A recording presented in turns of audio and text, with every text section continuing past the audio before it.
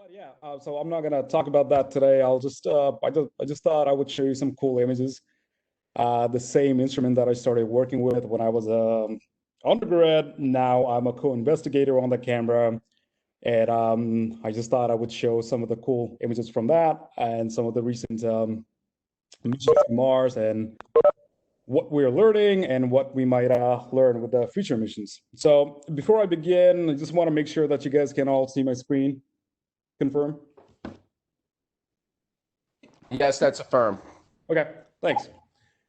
All right, so I'll begin with this. So this is the same image that I also showed to my undergrads in my Moons and Planets class, but here are three images from three different planets. One of them is Venus, one of them is Mars, one of them is Earth. And if you take out the color and you take out the sort of scattering from the atmosphere, the three planets here look very similar in their geological ways. I mean, there are many differences, but when you're not a geologist and you're not trained to look at the geological feature, they kind of all look similar. But you can take a guess. I can tell you at the end which one is Earth, which one is Mars, and which one is Venus. But maybe you guys have already figured that out. But the point here is that they're remarkably similar. And so before we talk about the recent mission to Mars, let's look at the history of missions to Mars. So going back all the way to 1960 with the Soviets, right? We've been trying to go to Mars. Not all of them have been successful. And so anytime you see these sort of flares with a check mark right next to it, that means the mission failed. And what's interesting is when you look at the history of Mars exploration, there hasn't been any Soviet mission that actually succeeded, right? So go USA, you can see, in fact, almost all the mission that was successfully sent to Mars and it actually operated were United States mission until very recently when ESA sent Mars Express. And then much more recently, the Indians were able to send their mission Mangalyaan, which is this green flare that you see here. And there are some planned missions in the future. So let's see.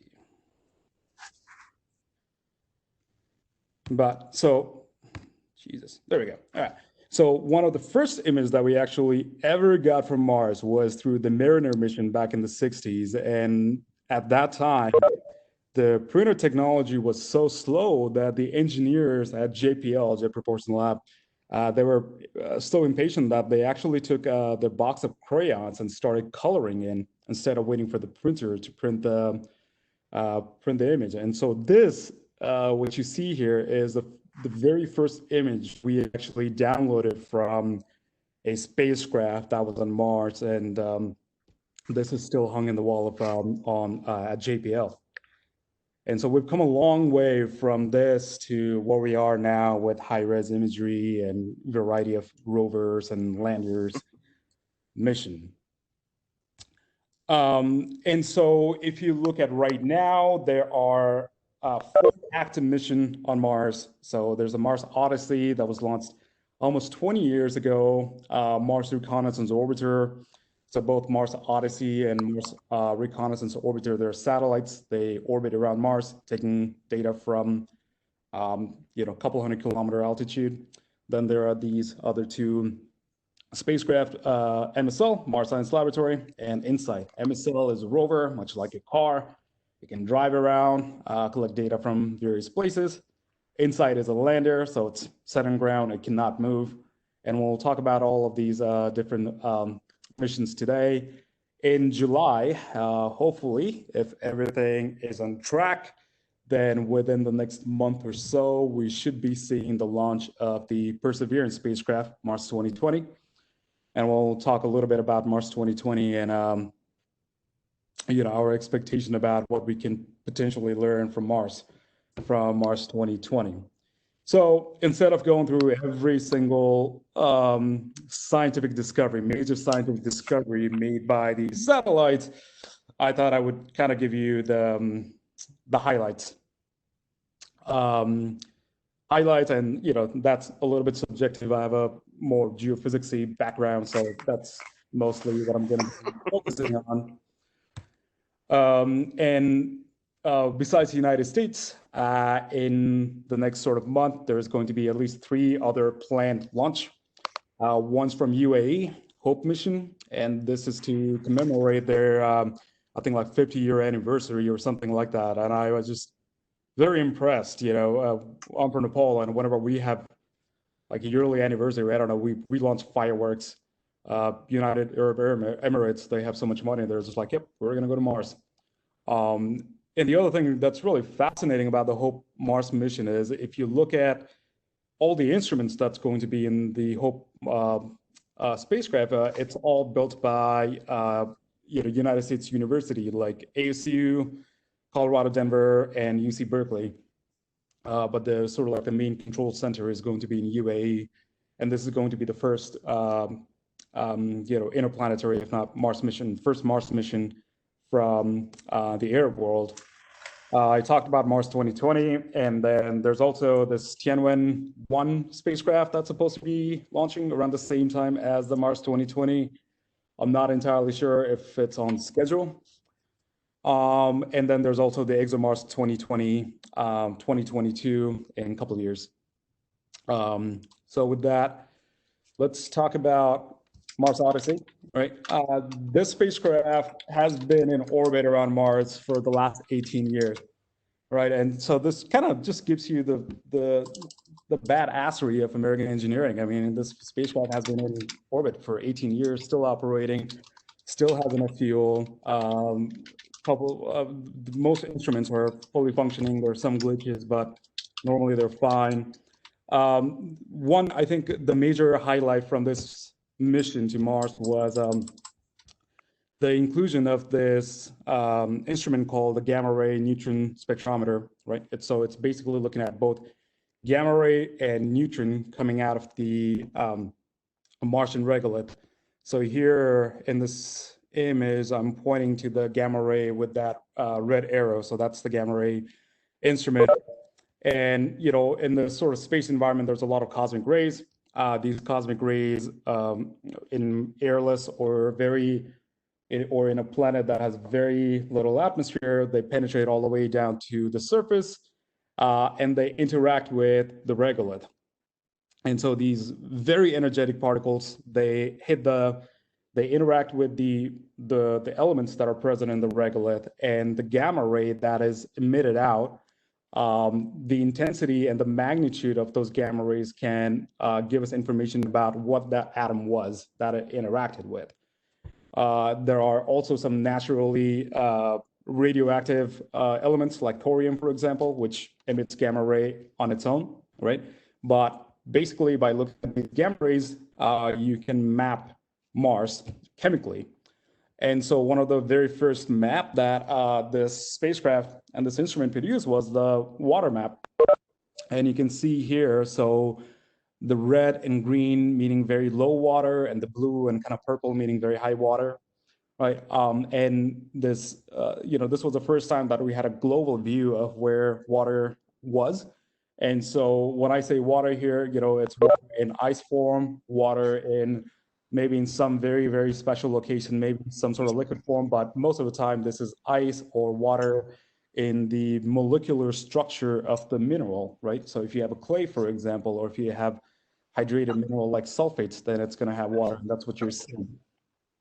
But in the very, very polar area, so here you can see this greater than 64%, that's the North Polar Cap of Mars. And then there are also some very intriguing sites in the sort of like a mid-latitude where there seems to be about anywhere from 8 to 10% of water, and those are probably mostly related to hydrated minerals like clays and sulfates that may be present there. So this was a game changer at that time because we didn't have a map like this. But not only just water, but there's also a bunch of other elements that this spacecraft mapped. So here's a sulfur map from a work that I was doing a little while ago. So the background in gray is the entirety of Mars. And the places where you see color are the places where we have been able to map elemental sulfur. So we don't know what mineralogical structure these sulfur places are in, right? So they could be in the form of sulfates, or there could just be adsorbed sulfur from volcanic degassing, whatever. But it just shows you the amount of sulfur in weight percent in the sort of like the top meter of Martian soil. And you can see quite a lot of heterogeneity. I'm not going to talk about the science aspect here, but just to tell you that all these data are available, and if you have some, I don't know, crazy idea about, oh yeah, sulfur or other elements, I mean, all these data are present there, and you can work with them. Here's a chlorine map, and again, similarly, like the top meter sort of distribution of chlorine through the spacecraft, and you can see again a lot of heterogeneity. The places here in black. This is a vast sedimentary deposit called Medusa Fossae Formation that was a topic of this paper in 2018. So that's why it's outlined there. It's not part of the data. It's just I wanted to give a context in my paper. But the point here is that we have this almost global data set of chlorine. Here's water again, but this is stretched so you can see the mid-latitude water abundance. So that's cool. All right, so volatile, but gamma ray also gave us a lot of information about the concentration of your heat producing elements, right? So if you think about how planets evolve, planets are much like engines, right? And so if you have a lot of heat sources, then the planet can be active. And in sort of like the billion-year timescale, what really modulates that sort of heat production inside of a planet is the concentration of these heat-producing elements, namely uranium, thorium, and potassium. And it's not just the concentration, but also how it's distributed between the crust and the mantle. And so what this GRS instrument, gamma ray, gives us is a view of what the uranium, thorium, potassium concentration is like in the crust. So here's uranium, here's thorium, so this is in parts per million. And then potassium, it's in weight percent. And so there's a lot of work that I do with this data set, trying to understand, how Mars evolved, how much of the heat-producing elements is in the crust versus the mantle. If you think about Earth, for example, on Earth, almost 50% of these heat-producing elements are in the crust. About 50% is in the mantle. But on Earth, you have this plate recycling, so even the stuff that's in crust will at some point get to the mantle. Now, if we assume that Mars is devoid of plate tectonics, so then you can assume Mars to be a one-way valve where these incompatible elements, they're always fractionated in the crust. And so our idea right now with the recent InSight mission that I'll talk about in a little bit, and some other geochemical modeling, is that almost 60 to 70% of these heat-producing elements are fractionated in the crust, and the mantle is quite depleted. So another highlight from Mars Odyssey, just changing our view of the sort of like the overall heat production and geophysical evolution of Mars. There's another instrument on Mars Odyssey that I thought was really revolutionary in what it was able to do. It's called THEMIS, or Thermal Imaging System. And it's basically an imager, but it operates in the thermal infrared wavelength. And so to show you, so one of the map that I created with this THEMIS instrument is what's called a thermal inertia map. Thermal inertia is a quantity that's dependent on the density, the specific heat capacity, conductivity. And so, it basically means that if you have a very low thermal inertia, like here with what you see, places that are in blue, most of the northern hemisphere of Mars, then that means that there is a much higher ratio of fine particles, such as dust, silt, or fine sand. Okay. And if you have very high thermal inertia, which is most of the southern hemisphere of Mars, then that means that most of the stuff on the surface consists of coarser sand, maybe your boulders, crust, like intact bedrock, right? And these maps have been really helpful in doing a variety of like geological mapping, but also in selecting landing sites. So if you want to land a lander or rover on Mars, you want to make sure that the surface that you're landing on is devoid of big boulders or big, sharp rocks or tilted sort of surface. And so this map is extensively used for mapping landing sites on Mars, and also just to get like an overall geological context of the place you're studying. You know, is it more sandy, or is it more dusty, or is it just full of boulders? So it gives you an idea of the surface roughness. And again, all these maps, they're all available for public use and anyone can use them. The other really notable thing that came out of this THEMIS instrument was this global catalog of what we call valley networks. So valley networks, they're much like rivers on Mars. Superficially, they resemble rivers on Mars, but there's a few differences. But let me for sure. So here in the lower left, you can see this one valley network. The sun is coming from the left, and so the black area that you see inside the valley is the shadow. The really illuminated area is the sun-facing slope, so it looks really bright, right? And the widest point here, that's about 10 kilometer. So in some cases, I mean, these are really wide. I was trying to look at the widest river on Earth, and the widest segment is in Amazon, and it's about 40 kilometer. And there are places on Mars where we also see like 40-kilometer width channels. But the idea is that, these valley networks, these were carved by liquid water 4 billion years ago, or even earlier than that. And even before THEMIS got there, we knew that these things existed in Mars, but we didn't really know how prevalent they were. And with THEMIS, THEMIS had a much superior resolution than most of the cameras before that, and it really changed it because, with THEMIS, we could see that not only are these valleys like a single valley, but in some cases they have all these drainage branches that emanate from a single stem. Very different than what we used to think about these features prior to arrival at THEMIS. We mostly saw these sort of like really big, wide channels without a lot of like branching network. But when we started seeing stuff like this on Mars with like multiple branches, it really sort of changed our view and made us, think about the possibility that, that Mars at one time may have been much wetter than we think. Here's a geographical distribution of all these river-looking networks on Mars. So again, the thing in gray is the shaded relief. It's just a elevation model, right? And the red dots are places where you see these large valley networks.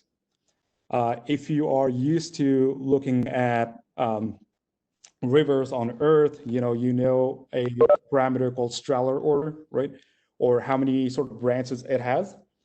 And before THEMIS got here, we had only seen, so this is a work from 1995 that utilized Viking images, which were not global. Well, I mean, they were global, but the resolution was much worse. And we had never seen valley networks that had, Strahler order of 7, or like 7 different sort of branches coming out of a single river.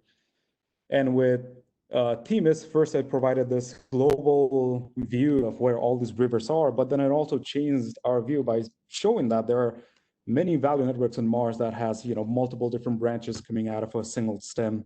Really, really providing support that there was some sort of precipitation happening early on in Mars's history.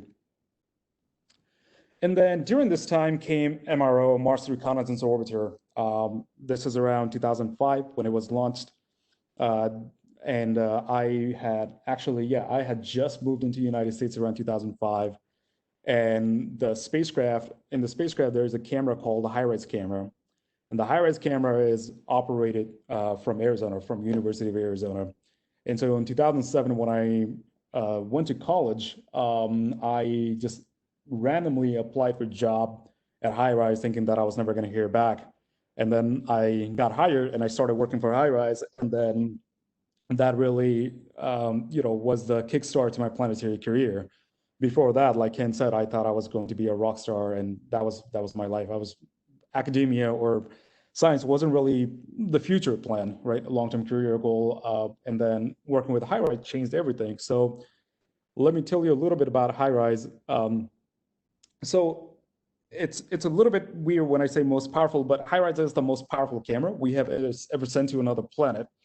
And by powerful, I mean the resolution. So from a 300-kilometer altitude, right, away from the surface of Mars, we can capture images of Mars at 30 centimeter per pixel.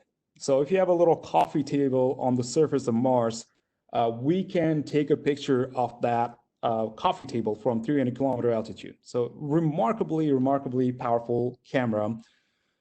To show you what it can do, this is the entire view of Tucson. This is a high-res mock-up. So you can see this, there's a couple of different channels in high-res camera. This is about 6 kilometers in width. This is what we call the red channel. And right in the middle, we have this infrared and other broadband channels. And if you were to look at a full resolution view, this is the full resolution view you would see if high-res was taking a picture of Tucson, Arizona. And what's remarkable to see is that, if you are in a parking lot, those like little dividing lines, right? You can even make out those little white lines, those dividing lines. So, I mean, that's the power of this camera. And it has really changed, TMIS changed a lot of our understanding of Mars, but then when high-res came, it really took it to a whole another level. So let me give some highlights of this high-res camera. Well, before I do that, I wanted to say that high-res is a public camera. So you can go to the high-res website and you can say, hey, this place on Mars looks really cool. Can you take an image? And we take images from public requests all the time. And so if you're bored during the summer, or if you have relatives or friends that are really into space and they might enjoy this. And even for your own research, we have a lot of people that are not in high-res team, but they put in their request through this website, and we make sure that, we try our hardest to make sure that we take those images for you. You just have to provide some sort of science rationale, but it's what we call high-res camera the people's camera. And so anyone can make a suggestion and we can take a picture for you. So with that, let me show you some of the highlights. With high-res camera, we can basically take a picture of a descending spacecraft. So here's a descending spacecraft. This was MSL. So there's your parachute opening up and there's your heat shield. And we can actually take an image while it was descending down to the surface. And then after every 2 weeks, we can go back and image the same spot. So here's a picture again after 2 weeks, but in camera. So now you can see the parachute sort of deflated there, the heat shield, and the sort of like the entire landing happening here, and all the dirt and everything that it ejected from the landing process. Once there, for example, this is the Mars Science Laboratory, right? Here's the MSL. You can see in the high-res view, right? This is down on the surface, and from 300-kilometer altitude, we can basically make out where the spacecraft is. But not only that, we can actually track its path around Mars. So if you follow these two lines, this is the rover track made by the rover as it was driving around. And so you can see these tracks, and it's not just like a cool like eye candy image, but for a lot of engineers that are trying to make sure that we are not driving into like a hazardous terrain, or even before we land the spacecraft, we use high-res images to map the landing site and make sure that it's not just full of terrain that we cannot handle. There's also a lot of cool geological discovery that has happened with high-res. Before high-res, we weren't really sure how geologically active Mars is. From our Mariner mission and Viking mission, I mean, we knew that once upon a time that Mars was very, very active geologically, but what's happening in the present day? And this is one of the examples where, we were very shocked to see. This is a dust devil, right? Kind of like a tornado. In this case, this dust devil is about 11 kilometers in height. You can even see the shadow made by this dust devil, and we see them on Mars all the time. So, it was very surprising to see that Mars is very active in terms of aeolian geological processes. Here's another view of these dust devil just skirting around Mars. The width of the image here is about 6 kilometers. And so really large dust devil. Again, you can see the shadow made by these. Also, when these dust devils go around Mars, they kind of make these dust devil tracks because they're sucking out the dust particles from the surface. So they make these tracks called DDT, or dustable tracks. And it's really beautiful because, I mean, there's chaoticness in it, but there's beauty in it as well. And you can find them basically everywhere on Mars. We also were very surprised to find that, we had seen dunes on Mars, but we weren't sure if the dunes were presently moving. Mars's atmospheric pressure is about 6 millibar, and at that pressure, the wind has to move relatively fast to move sands around. So this is saltation happening, and you can see, over the course of about 6 months, 6 months in Earth days, these dunes are moving about, I think I forget the exact number, but like a couple of meters here. So this is the dune front here. If you're having trouble, you can see that the entire dune front is moving. And we can also capture the images of these dunes and other places on Mars in sort of like the infrared color. And the infrared color doesn't give you a lot of spectral information, compositional information, but it gives you an idea of, if it's a locally derived material. And you can see here that, these, and the color, like, and you can see not only the dune itself, but like the ripples on the dunes as well. And there's a lot of aeolian research that happens in the Mars community with this, with HiRISE, sort of like time series. Here's another example of this. So here the scale is about 40 meters, and the time difference between the two images is about a year. And you can see migration happening mostly in the sort of like the southwest direction. So not only, does it give us an idea about like how active Mars really is, but it also gives us a proxy of like the wind direction, prevalent wind direction in these places as a function of time. So with HiRISE, we've made kind of like a global catalog of where all these aeolian dunes are, and you can see that they're kind of like scattered mostly in the southern hemisphere of Mars, but there are these really, really major massive dunes in the northern hemisphere as well, in the northern polar latitudes. And in the northern polar latitudes with these dunes, it's really fascinating because you have interaction of CO2 ice and these like dune sediments. And so when the temperature goes down on Mars, a lot of the CO2 that's in the atmosphere, they condense out of the atmosphere and they go inside these pore spaces of the dust and grains, right? So you have these like pore filling ice, but made up of CO2. Then when the season changes and you go towards spring and summer, all that CO2 ice that's trapped within the dune starts sublimating.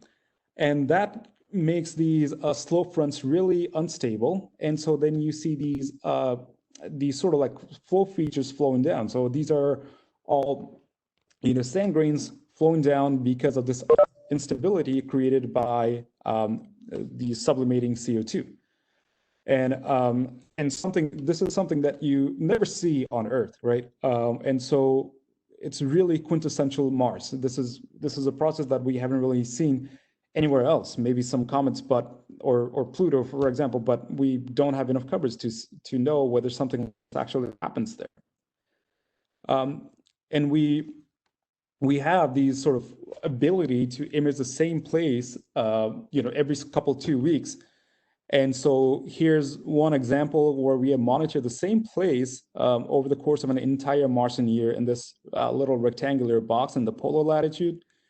And as a function of the season, you can see the evolution of the CO2. So early on, when it's sort of like a wintry time, not much is going on, but as the temperature starts increasing, you start seeing these dark spots emanating from these dunes. Again, so this is CO2 sublimating, and in that course, it's just creating these wind streaks, right? And also it gives you a sense of direction of where the wind is blowing. And then there are these features we call spiders. These are also something that we never see on Earth. We've never seen this on any other planet except Mars. And so we call them spiders because superficially they resemble spider webs. And again, this is an example of a feature on Mars created by CO2 regolith interaction. And so during the summertime, what happens is, again, these CO2 sort of sublimate and they burst out like jets and they create these crack patterns. And zoomed in view, this is what you see. Again, so you can see topographic depression, right? And they're everywhere in the polar latitudes, and they're very seasonal features. And it again like gives you the sense of like the wind direction.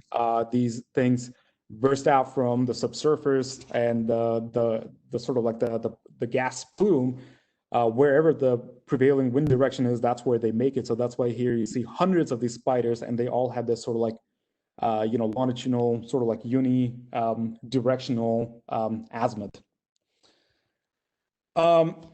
Besides that, I mean, there's also this thing called Swiss cheese terrain. Again, things that we never see on Earth. So what you see here is, so these are images compiled over 5 or 7 years, even before we got there with Hydrous. Here's a sense of scale for you, 200 meter. Again, all these places, they have a lot of CO2 deposit, and over time, depending on what season you're observing these things, these Swiss cheese pattern, they are either growing or shrinking, again, in response to the local atmospheric conditions. Here's a high-res view of this. And with the high-res view, we can look at the evolution of CO2-like features on Mars at an unprecedented detail. There's a lot of modeling that people do with these sort of features, trying to understand how exactly they work. Really just cool stuff that you never see on Earth. We also see a lot of polar avalanches in the polar latitudes, and consider how lucky we have to be there at the right time when avalanche was going on. And from 300 kilometer altitude, we take an image and we see avalanche in action. So this is a very, very steep scarp. This is about almost 90-degree in slope, very steep. Sun-facing slope, and you have a lot of CO2 and regolith mixture here. So as the temperature sort of fluctuates, the CO2 becomes really unstable, and so this dust and CO2 mixture fall down, creating these avalanches.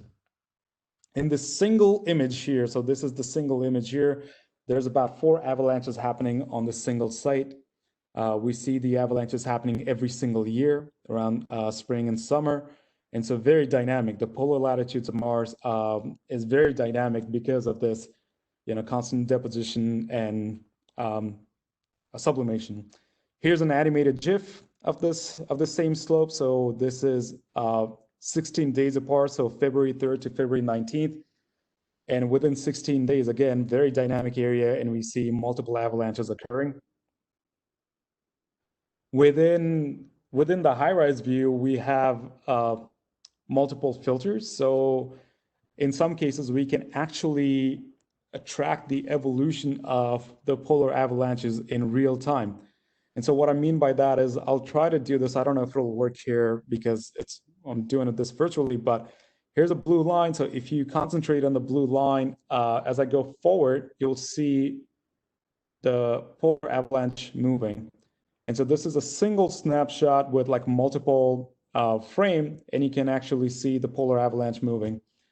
And so you can use motion tracking software to basically find out how fast these polar avalanches are falling on Mars. And based on that, you can get an idea of is this mostly gassy plume, or does this have a lot of rain particles? What is the composition? What is the density distribution? And a lot of people have done that, but it's really cool that you can track the evolution of polar avalanches in real time. And not just these polar avalanches that look sort of gassy, but here's an entire segment of hill just falling down over course because of this temperature fluctuation. And so if there was a seismometer nearby, surely that would have caused enough movement for the seismometer to register some sort of active movement. There are also these gullies that are being carved in real time. So this is present day Mars, right? And you can see this new gully being carved.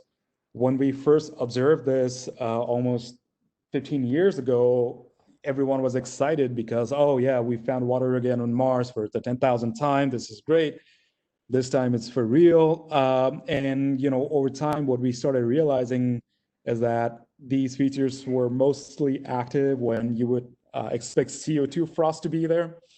And so again, one other dynamic feature on Mars that seems to be mostly due to CO2 and regolith interaction. But a lot of these, active features and stuff going on, HiRISE team really relies on citizen scientists.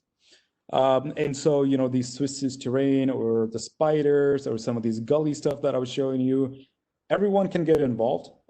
So, if you have like family or friends that want to get involved in space science research, but they don't know where to begin, Planet 4, this is a citizen science project, and you can go here. Right now, they are characterizing context camera, CTX camera image, which is another instrument on the Mars Reconnaissance Orbiter satellite, right? And you can go there and you can help scientists make measurements. Really cool way of getting involved. The other really cool instrument on MRO that I think really changed our perception of Mars is called PRISM. And it's a spectrometer. It's a very high resolution spectrometer. Spatially, it's looking at 18 meter per pixel. The wavelength range is about from 400 nanometer to 4,000 nanometer. And in that sort of wavelength range, you can map a lot of minerals on Mars that may have water or that may have iron, right? And so based on that, here's an image of all the places on Mars where using this spectrometer and some other spectrometers before this, we've been able to map all the places on Mars where you can find minerals with water in them. So phytosilicates, just commonly known as clay. You have silica, chlorides, maybe it's magnesium, maybe it's sodium. And so we've mapped all these minerals that require water. What was, I think, most exciting was the discovery of carbonates on Mars. Because for a long time, we've been pondering what the ancient climate of Mars could have been like, right? And so the carbonates discovery was really cool because that meant that there was some amount of CO2 in the atmosphere. So here's the CRISM view, right? So this is the spectral view of the place where we found some of these carbonates. And here's a HiRISE view. So at a very high resolution, you can see what that texture looks like on Mars, where we found these carbonates. And what we find is that, these places where we find carbonates, they have this sort of like polygonal, sort of like desiccated crack sort of feature. So, and this is the great advantage of having like multiple instruments on the same spacecraft, because it can give you such different perspective about your discovery, really synergistic.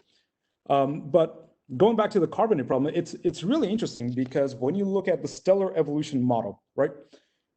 4 billion years ago, the luminosity of the sun, or the overall output of the sun, should have been substantially less, almost 70% of what it is today, right?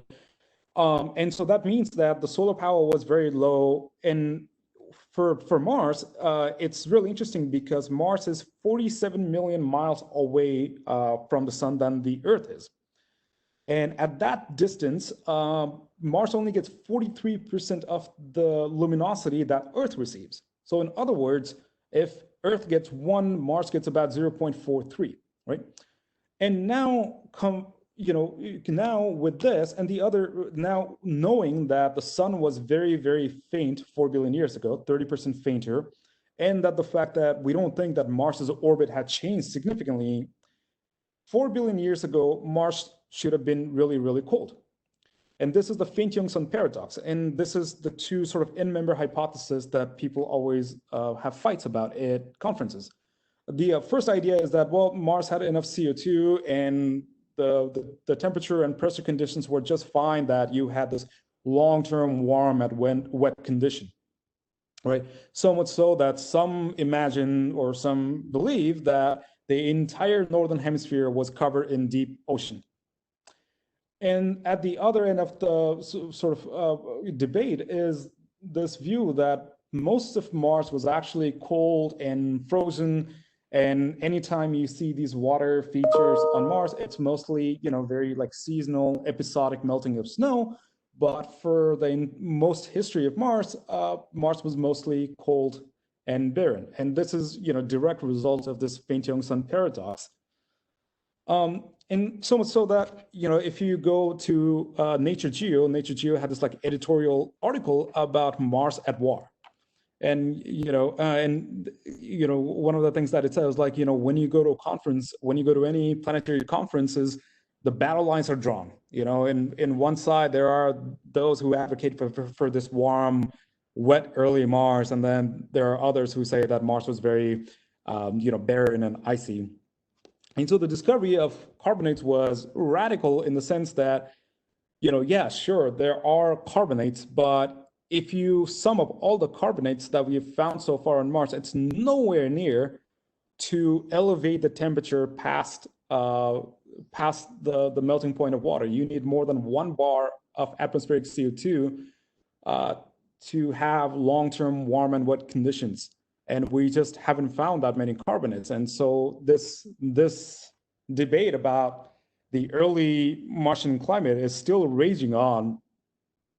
One sort of other, complexity in that is, when you see some of these really long, like, tens of kilometers features that are, a couple of kilometers wide, it really makes the question even complicated. Well, if Mars was not warm and wet for a long time, could you create these sort of valleys by subglacial, sort of like, on Earth, what we call tunnel valleys? If you go to Antarctica, there are these valleys created underneath the massive glaciers by geothermal heat.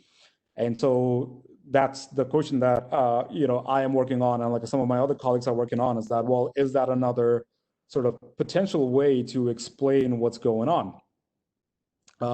Here's a view of this channel that is 40 kilometers in width, right? If Mars was primarily cold and arid, and it was only episodic melting, could you create a feature like this on Mars? Here's a view from the Indian Mangalyaan mission, and you can see, some of these. This is the same valley that I was showing in the previous slides, a 40-kilometer width here, and it almost goes on for like 1,000 kilometers. That's how long they are. In this case, you can see all these islands meandering. You can see the meander of the water, but also these islands carved by the water. And so really fascinating, what was actually happening in with the climate 4 billion years ago. The other thing that if you look is what's called the Strahler order of these rivers on Earth and Mars. On Earth, most of these rivers, they have multiple sort of like branching geometry emanating from them.